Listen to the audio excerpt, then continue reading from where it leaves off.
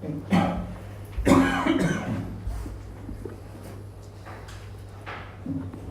الحمد لله نحمده ونستعينه ونستغفره ونعوذ بالله من شرور أنفسنا وسيئات أعمالنا من يهده الله فلا مضل له ومن يضلل فلا هادي له وأشهد أن لا إله إلا الله وحده لا شريك له وأشهد أن محمدا عبده ورسوله. أما بعد, today then, carrying on from where we left off, the hadith of Aisha radiyallahu anha, we had begun where she said, قال رسول الله صلى الله عليه وسلم الفطر يوم يفطر الناس والأضحى يوم يضحي الناس. رواه الترمذي. That the day of Fitr, Eid al-Fitr, is when the people do the Fitr. When the people do that, then along with them is Eid al-Fitr. And the Adha is on the day when they do the sacrificing and the slaughtering.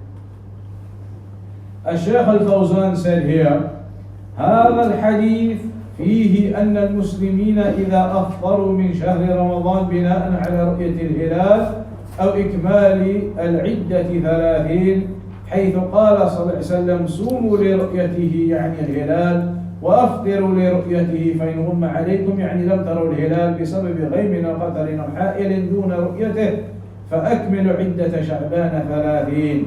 فإذا صام الناس بإحدى هاتين العلامتين لم يجوز لأحد يخالفهم لأنه يكون شاذا مخالفا للمسلمين وشاقا لجماعتهم فيجب على المسلم أن يكون مع المسلمين ولا ينفرد.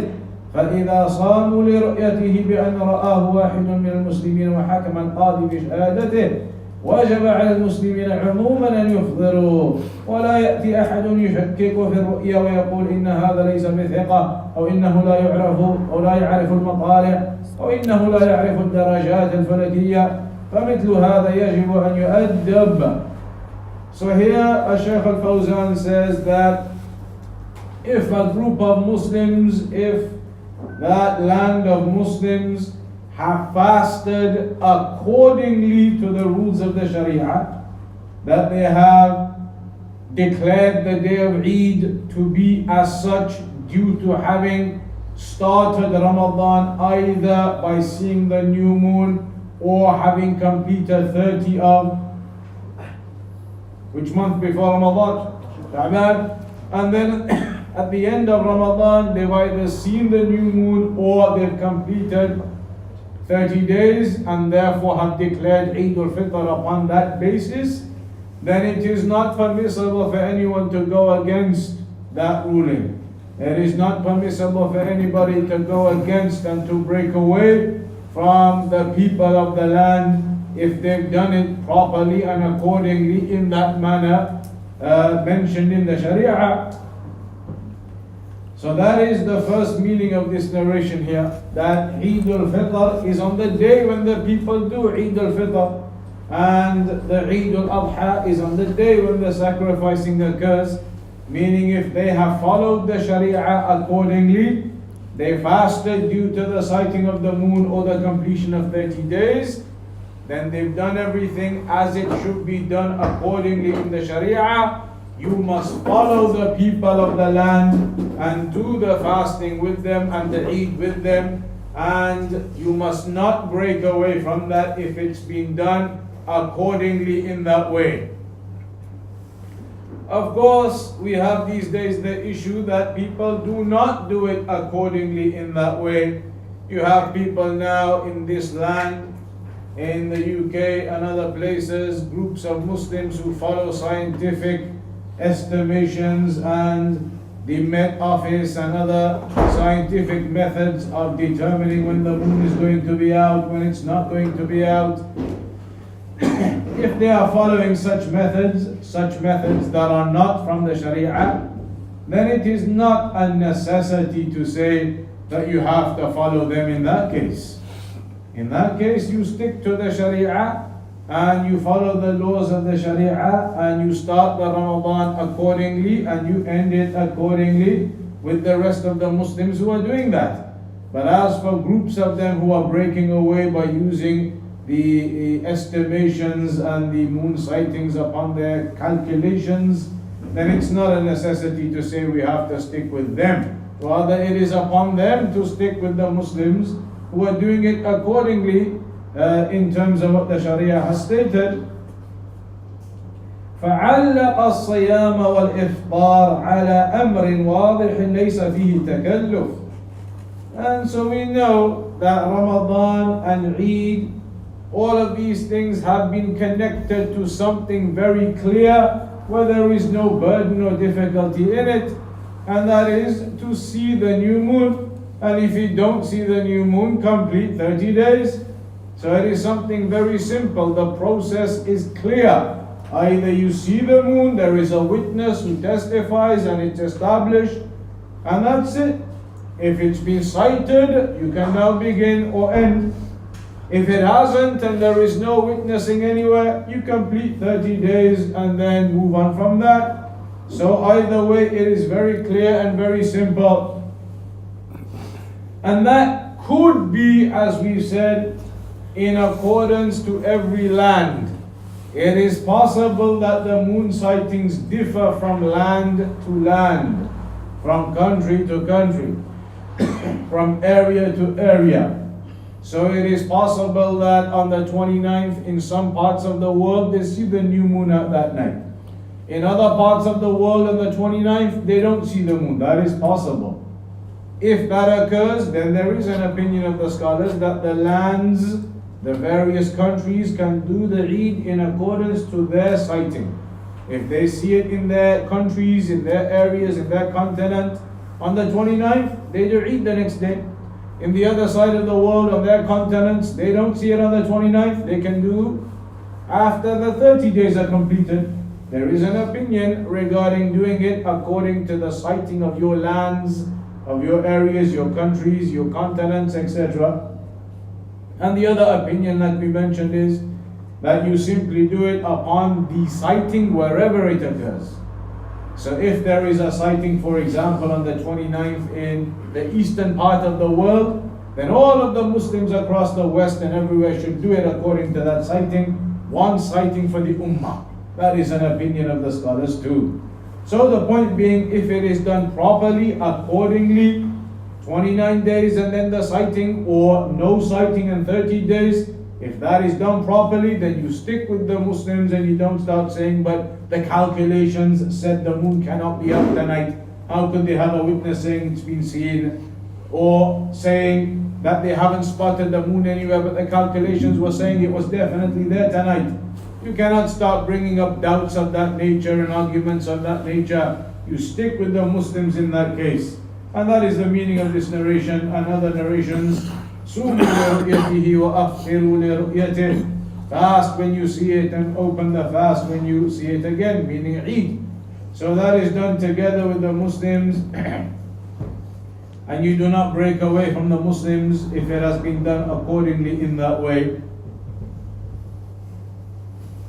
One of the reasons why some of the scholars do allow the moon sightings of areas, like certain countries may see it at a particular time, other countries may not, because there is an example of that happening from the earlier days. It's mentioned that Muawiyah radiyallahu anhu and the people of Sham, they fasted on the Friday. لأنهم رأوا الهلال في الشام ليلة الجمعة. Because on the night of Friday, how we say Thursday night, they saw the new moon. So from Friday, they began fasting in the land of Sham. Muawiyah radiyallahu anhu and the people of Sham. فقدم كريب إلى المدينة من الشام وقد كان صام معهم فأخبر ابن عباس رضي الله عنه عن رؤية أهل الشام فقال ابن عباس رضي الله عنه لكننا رأيناه ليلة السبت ولا نفطر حتى نراه. Then it's mentioned that Qurayb came from Sham to Medina. Sham being the northern areas of the Arab Peninsula now. that he came down, traveled down to Medina. When he got to Medina, he realized that they hadn't seen the moon on Thursday night, so they hadn't started fasting on the Friday. They had only seen it on the Friday night and had started a day later than Sham, started on the Saturday. So he told Ibn Abbas, who was in Medina, he told Ibn Abbas that in Sham they'd seen it on Thursday night and they began on the Friday. Ibn Abbas said, we didn't see it, and we are going to fast upon what we see. So then this is an example mentioned in the books of history how different regions did have different moon sightings and they all fasted according to their moon sighting. فاختلفت رؤية أهل الشام عن رؤية أهل المدينة. So their sightings were different days, from the land of Sham to the land of Medina and the area of Medina. والكل عملوا بقول الرسول صلى الله عليه وسلم. Both sides, from the people of Sham and the people of Medina and the area, they implemented the statement of the Prophet صلى الله عليه وسلم. صوموا لرؤيته وأفطروا لرؤيته. Fast when you see it and open your fast when you see it. The people of Sham, when they saw the moon, they began. The people of Medina, when they saw it, they began. So both lands were implementing the narration accordingly. فالمطالع تختلف باختلاف الأقاليم. So the moon sightings, the movement of the moon and when it appears, it does differ in different lands and regions and areas. وَكُلُّ بَلَدْ لَهُ حُكْمُ رُؤْيَتِهِ. So every area and region and country can have the ruling of its sighting in that area. If they sight it on the 29th in their region, in their country, in their lands, then okay. If they don't, then they can carry on and fast after the 30th, even if in some other parts of the world, somewhere else they saw it. That is an opinion and that is valid. وكل بلد له حكم رؤيته ولا يعد هذا من التفرق والاختلاف كما يقول هؤلاء الذين يريدون أن يجمعوا العالم كله على يوم واحد في الإفطار والصيام، فهذا خلاف المشروع وهو مستحيل أيضا. ثم إن منهم من يقول نعمل بالحساب الفلكي. So the Shaykh says this narration doesn't mean and it doesn't necessitate that every country in the world must begin the same day and the same day. It is very possible that the sightings may occur differently in different parts of the world. And that is okay. Every part of the world acts upon their sighting, and that is not considered difference between the Muslims. That is simply a fact that in different areas of the world the moon will come out different. It may be seen on the 29th in some areas, it may not be seen on the 29th in other areas, from the east to the west to different parts of the world. So those differences in a day may occur, and that isn't a problem. That isn't considered differing. That is just a factual matter of how the moon is sighted and seen and arises in different parts of the world. But what is a problem is in your part of the world, if they've done it properly, they've done the sighting and they've implemented the laws of the Sharia properly, and they've determined what day Eid is going to be, then it's not permissible for you to break away from that. It's not permissible for you to break away from the group, from the jama'ah of the Muslims, and do your own thing and say, no, but the calculation said this and they said that, or I'm going to do this, I'm going to do that. If it's been properly done, then you should stay with the Muslims of that area. But the problem Shaykh says here is people who use these calculations and they want to try and make the days of when they fast and when they don't and Eid and etc. all based upon these calculations and things, and that is incorrect and in contradiction to what the Sharia mentions. Then after that, عن أبي عمير ابن أنس بن مالك رضي الله عنهما عن عمومة له من الصحابة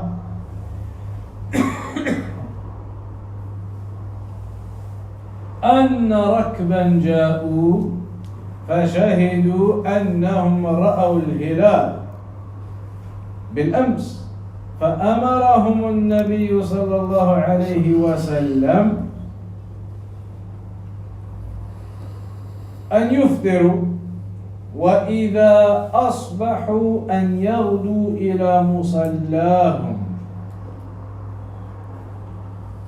In this narration, it mentions how a group of people came, some travelers came from a region outside of Medina. A group of travelers came from some region outside of Medina, and they found that the people of Medina were still fasting.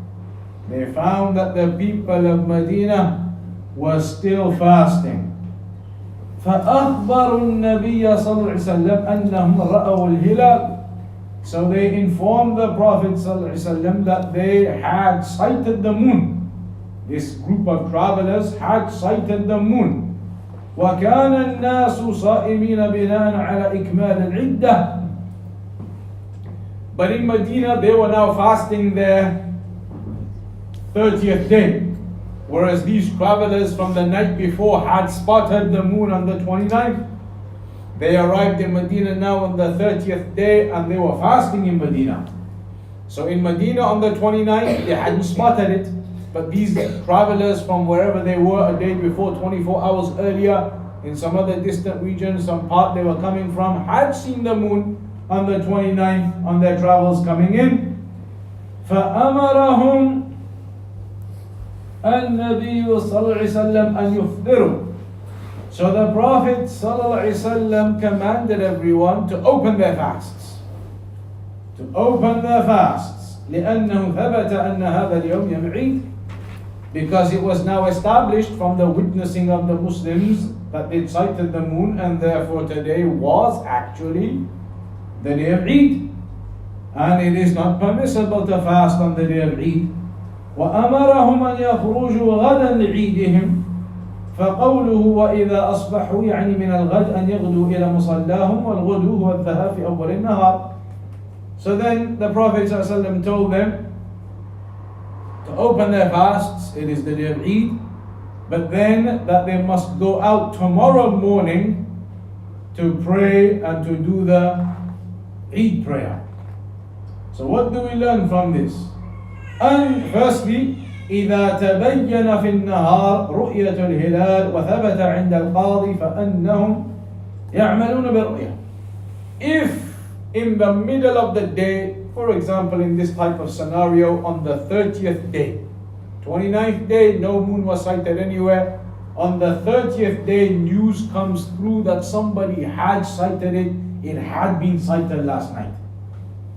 For whatever reason the news didn't come through quick enough the night before, something happened, this occurred, that occurred, but news does filter through and it does get through to the judge, etc. On the 30th day, some people turn up saying last night we did spot it. And Muslims established, the testimony is accepted that they did spot it last night. For whatever reason the news was delayed and it's only come through to the judges, etc. on the 30th day. Right now everybody is fasting because no news had come through. But now it's suddenly come through on the 30th day, established. So now the ruling is that the announcement is made, everybody break your fast. It is the day of Eid. Everybody opens their fast, it is the day of Eid. فإن كان في بداية شهر يمسكون بقية اليوم ويقضونه لأنهم لم يصوموه كاملا، وإن كان في نهاية الشهر فإنهم يفطرون لأنه يوم عيد. فهذا مسألة مهمة ينبغي التنبه لها. If the same scenario occurred at the beginning of Ramadan, imagine for example on the 29th of Sha'ban, no sighting anywhere. So the next day they are not fasting. But then news comes through, some people had seen it, whatever delay there was, but now the news comes through. In the middle of what everybody thinks is the 30th of Sha'ban. Established now the moon was sighted last night. Then on what they thought was the 30th of Sha'ban is now actually 1st of Ramadan. In the middle of the day the news has come through, they must fast for the rest of the day. But then at the end of the month they would make up a full day because Ramadan is the completion of the day. The fasting is the completion of the fast. So they make up a day, but the point is they'd fast the rest of that day when the news comes. Now the opposite, when the news has come and it's supposed to be Eid, so now they must stop the fasting and open the fast for the rest of the day. They open it because now it is the day of Eid and it's been established that it is the day of Eid. Second point to make here, أنهم إذا لم يبلغهم خبر ثبوت العيد إلا في أثناء النهار بعد الزوال أو في وقت متأخر من الضحى بحيث لا يمكنهم أن يتهيأوا ويجتمعوا لصلاة العيد فإنهم يؤجلون صلاة العيد إلى الغد. Imagine now the news comes through on what you thought was the 30th of Ramadan, but it's actually turned out to be the 1st of Shawwal now that you found out. If that news breaks to you on the 1st of Ramadan, the 1st of Shawwal as you now know it breaks through to you too late in the day for you to be able to establish the Eid prayer. And when would that be? If it's after the Zawal, of course that is gone then, because Eid prayer is before the Zawal. So if the news breaks to you after the Zawal, after the middle of the day, or breaks through to you late morning, so there's still time, but not enough time to get everybody together to make the announcement, to get together to pray the Eid. Physically not possible, logistically not possible. So if it breaks to you at a time where logistically it's not possible to get everybody together to pray the Eid, or it's too late anyway altogether, then in that case you break your fast, it's Eid, but the Eid prayer will be established the next morning. It will then be established the next morning. Because as we know, the time for the Eid prayer is after the sun rises up until the Zawal, when the sun is at the point of the day, that morning time. So now if it's too late, or you're still in the morning time but it's too late to get everybody together to do it in time, then in that case the Eid prayer is going to be established the next day. The only difference is a technicality. The next day, is that considered your Eid prayer actual, or is that considered qada? You're making up the Eid prayer that you missed. What is the ruling on that Eid prayer the next day? Is it considered as your actual prayer, as though you had performed it the morning earlier, or is it now you missed it actually and you're making it up for the morning that you missed it on? So that's a difference between the scholars, and it would appear to be that it is making it up for what you missed, because obviously it was supposed to be yesterday. You missed it for the reasons of the delayed information, etc., but you missed the actual time. So now you're going to pray it as a qada, but it's of course accepted as the Eid prayer. Another issue here is the importance and the high status and necessity to establish the Eid prayer. That Eid prayer is one of those prayers that has a high level of importance and it must be established. Hence, when they missed it, it wasn't just a case of, okay, we've heard too late, so open your fast, it's Eid, but the Eid prayer is gone now, it's a supererogatory prayer. It wasn't like that. They were told, tomorrow morning go and do the Eid prayer. So this indicates how important it is to establish the Eid prayer. Another issue here is to highlight the time of the Eid prayer. وفي الحديث دليل على تحديد وقت صلاة العيد لأنه لو لم يكن محددا في اليوم لأمره النبي صلى الله عليه وسلم أن يصلوا بعد بلوغ الخبر. We establish here that the Eid prayer can only be prayed in the morning after the sun rises up until the middle point of the day. If it was allowed at any point in the middle of the day when this news filtered through, they would have just gone and prayed the Eid prayer after Dhuhr or after Asr or any time, but they couldn't. It's a specified time. That's why they were told, you're going to have to pray it now next morning, so that it's in the time of the Eid prayer from after sunrise up until the middle point of the day. And the final point made here is again about accepting the testimony of the Muslim. The Muslim who testifies to seeing the moon, then that testimony is accepted as it occurred here. Then after that, عن أنس رضي الله عنه قال كان رسول الله صلى الله عليه وسلم لا يغدو يوم الفطر حتى يأكل تمرات وفي رواية معلقة ووصلها أحمد ويأكلهن أفرادا. This narration tells us about one of the sunnah acts to do on the day of Eid al-Fitr, and that is that the Prophet ﷺ never used to go out to the prayer, leave out to go to the prayer in the morning until he had eaten some dates. And in one narration it mentions he had eaten them one by one, not several at the same time, one by one. So that he would eat several dates before going out to the Eid prayer on the day of Eid al-Fitr. So this is one of the sunnah acts of Eid al-Fitr. هذا الحديث فيه سنة من سنن النبي صلى الله عليه وسلم عند الخروج لصلاة العيد. This is a sunnah for the Eid prayer on Salatul Eid for Eid al-Fitr, that you have something sweet, in particular here dates, before exiting out to the prayer. وهي أنه كان لا يخرج في عيد الفطر حتى يأكل تمرات وفي رواية يأكلهن أفرادا. فيستحب للمسلم أن يعمل بهذه السنة يوم عيد الفطر حينما يذهب لصلاة العيد قبل خروجه يأكل تمرات وتكون أفرادا يعني أوتارا. So it is sunnah that a person has some dates before going out on Eid al-Fitr, and that he should have, in accordance to the other narration, that he ate them individually. That in actuality refers to the fact that he had an odd number of dates. So that you would have 3 or 5 or 7, an odd number of dates before going out to Eid al-Fitr prayer.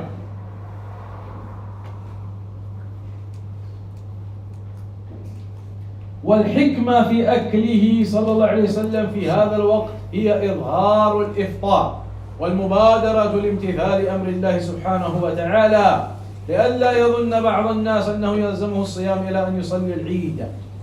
One of the reasons and the wisdoms behind that is so that people do not think that you are still supposed to be fasting up until the Eid prayer. The Prophet ﷺ made it clear that he is not fasting on the day of Eid. He made it clear to everybody by having some dates and eating in the morning that he is not fasting on this day. So that people do not incorrectly assume that you carry on fasting on the morning of Eid up until you finish the Eid prayer. That may be a misunderstanding among some. So to clear that and make it absolutely clear that you are not fasting on the day of Eid, the Prophet ﷺ would eat some dates in the morning, make it clear that he's eating and that he's not fasting before going out to the Eid prayer. So that is one of the sunnah acts for Eid al-Fitr. Then عن ابن بريدة عن أبيه رضي الله عنها قال كان النبي صلى الله عليه وسلم لا يخرج يوم الفطر حتى يطعم ولا يطعم يوم الأضحى حتى يصلي. In this narration it mentions again that the Prophet sallallahu alaihi wasallam never used to go out on the day of Eid al-Fitr until he ate something first. He would not go out to Eid al-Fitr, to the prayer, until he ate something before going out. But as for Eid al-Adha, he would not eat anything until after the prayer. So Eid al-Fitr, he would eat before going to the prayer. Eid al-Adha, he would eat after the prayer.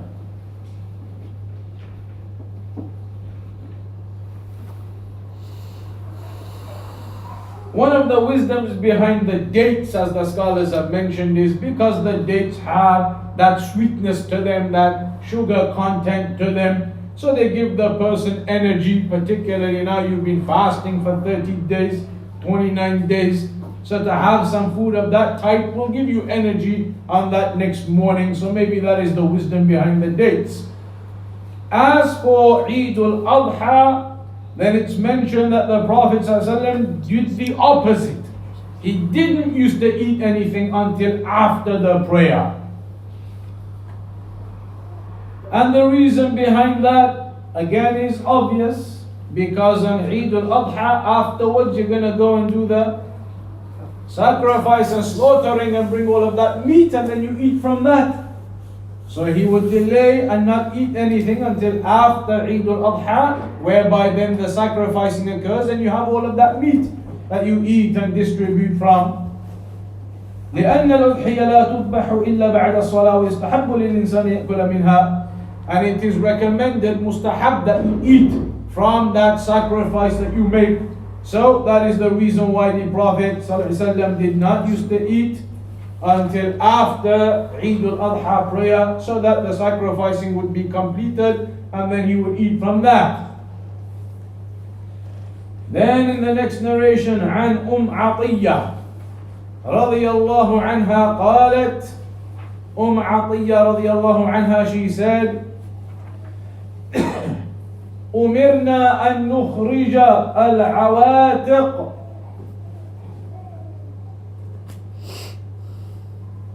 والحيض في العيدين يشهدن الخير ودعوة المسلمين وتعتزل الحيض المصلى.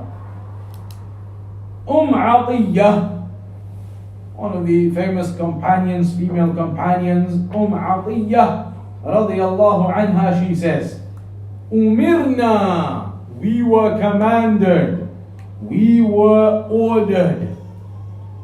She was a female companion at the time of the Prophet sallallahu alaihi wasallam. So when a companion says we were ordered, then who is the one who ordered them? The Prophet sallallahu alaihi wasallam. So whenever you see a hadith like that where a companion says we were ordered to do X, Y, and Z, without actually saying the Prophet ﷺ ordered us, just saying we were ordered to do X, Y, and Z, then that is the Prophet ﷺ ordering. Or if you see a companion saying we were prohibited from X, Y, and Z, if it's a companion, then it was the Prophet ﷺ who prohibited them. So when you hear those types of comments, we were ordered, we were prohibited, we were commanded, etc., then that is referring to the Prophet sallallahu alaihi wasallam ordering them and commanding them and prohibiting them. He is the one who would have done that to the Sahaba. So what were they ordered? She said we were ordered to bring out al-awatiq. Al-awatiq, al-awatiq, jam'u atiq, وهي البكر المقاربة للبلوغ, to bring out the young ones, the young girls, bring them out as well, to bring out the young girls as well, and al-huyyad, those who are upon their periods, the women upon their periods, the young girls, all of them we were commanded to bring them out to witness the Eid prayer. On the day of Eid, even the women upon their periods, even the youngsters, the young girls, etc., all of them brought out of their homes to go and witness the Eid prayer. And the wisdom behind that is so that they witness that goodness, the congregation of all of the Muslims, congregation that is a blessed congregation, and they see one of the markers of Islam, the gathering of the Muslims on the day of Eid.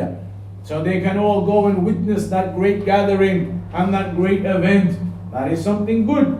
So they are commanded to go. On top of that, they can listen to the khutbah.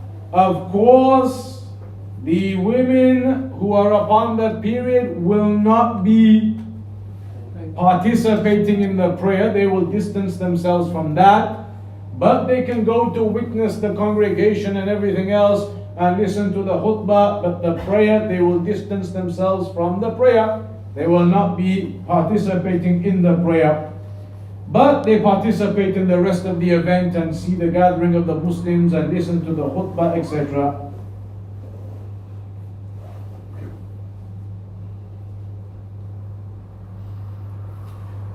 This hadith therefore indicates to you the emphasis that is put on for the people to exit and go out to the Eid prayer. Even the women on the periods go out to the prayer. Even the young girls, etc. Take them out with you to the prayer. Everybody, men, boys, girls, women, even on the periods, all of them, they go out to the gathering of the Eid prayer and they witness all of that gathering, that blessed gathering, listen to the khutbah, pray, and the only exception, the women on the period, excuse themselves and don't participate in the prayer, but they see and congregate and participate in everything else. So that shows to you the greatness of that Eid prayer and the emphasis that is put on for everybody to go out and attend the Eid prayer.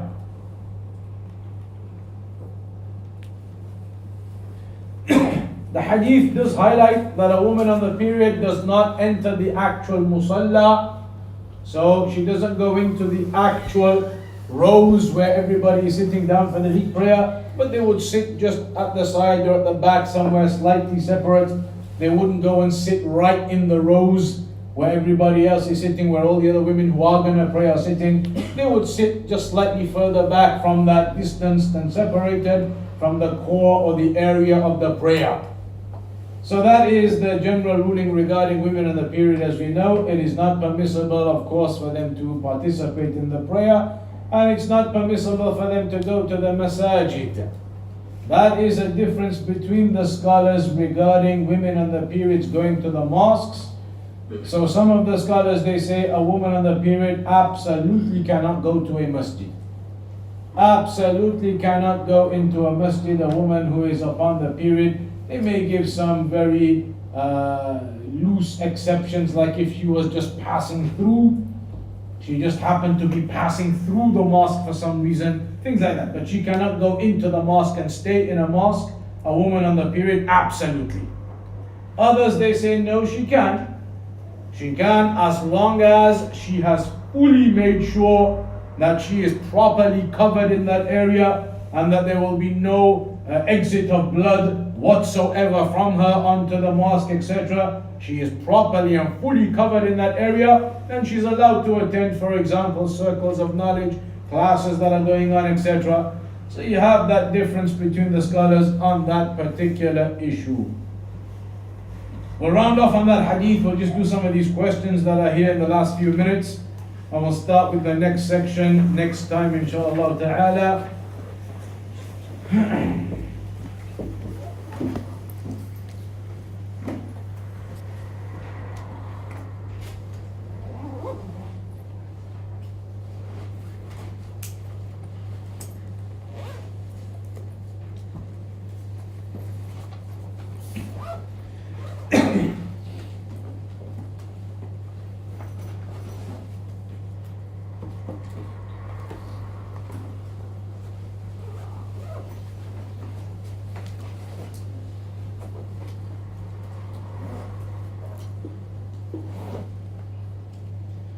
So, a few questions here. One of them says, on the topic itself first,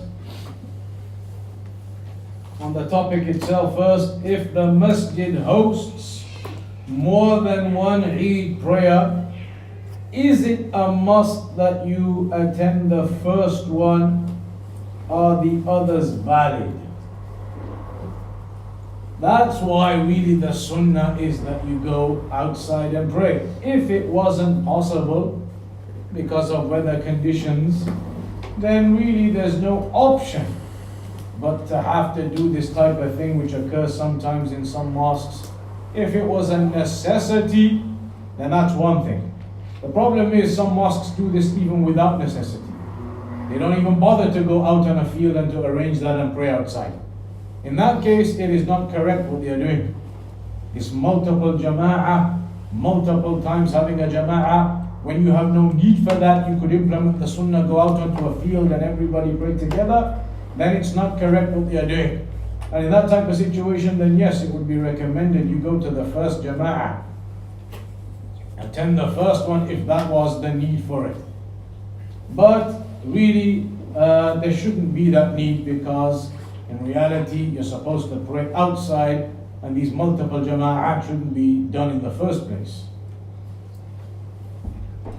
Then there's one that says, do you know of a sheikh called Sheikh Muhammad Al-Rubayyi or something, from Manchester, Rochdale? Is he upon sound Aqidah and Manhaj? I don't know this name. I don't know the name. If you give some more details of who he is or what, maybe I recognize it, but the name I don't recognize it. When the woman that experiences bleeding outside of menses and the like makes wudu for each salah, is it a condition that the time of each salah has entered? E.g., can you make wudu for asr at the end of the time of dhuhr? It's one of those questions where it's not really an issue unless you make it an issue, or if you have a necessity. If you don't have a necessity, then the question has no meaning. If you don't have a necessity, then the question has no meaning. Meaning, if you don't have a necessity, just make your wudu when the time of asr comes in.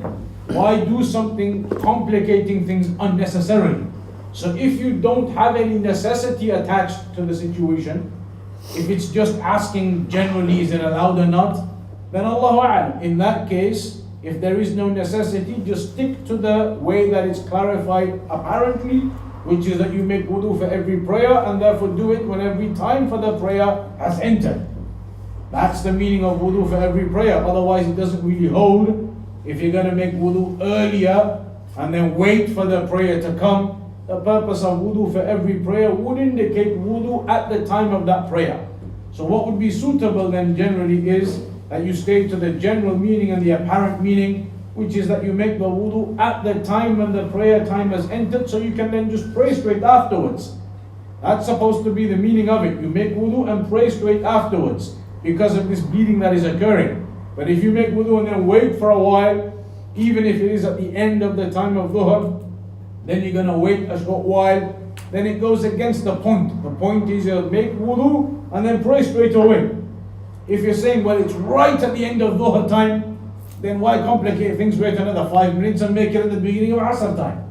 So ideally just make it in the times of the prayer so as not to complicate anything. Then there's one here about, is it permissible for a woman to see another woman's awrah?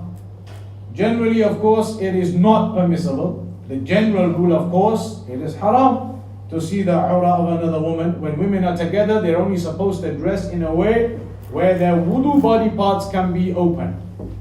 So the face and the neck and the arms and the feet up to the shin, ankles, that's it. The rest of the body is supposed to be covered. Women are not supposed to be sitting with each other wearing garments that are less than the wudu body parts. So even the upper arm shouldn't be exposed. The neckline should not be further down. Only the wudu body parts should be exposed when sitting amongst each other at the maximum. But then in this situation of working as a care worker for unable and elderly women, is it allowed to give them showers, etc.? Allah A'lam. This needs to see if any of the scholars have mentioned the exception, because then it would be an exception. That would be an exception to the rule. The rule is it's haram to see the awrah of another woman. Is that situation an exception or not? Then Allah A'lam, we'll have to see if we can find and research, and everybody can do it as part of your homework. Research, see if there is any fatwa making this scenario an exception or not. So that's what we're going to round off today then. We'll carry on Wednesday at 7 p.m. 7 p.m. on Wednesday, inshallah ta'ala, and then next week at 5 p.m. again. وصلى الله على نبينا محمد وعلى آله وصحبه أجمعين. If sisters can exit first and then we'll exit after.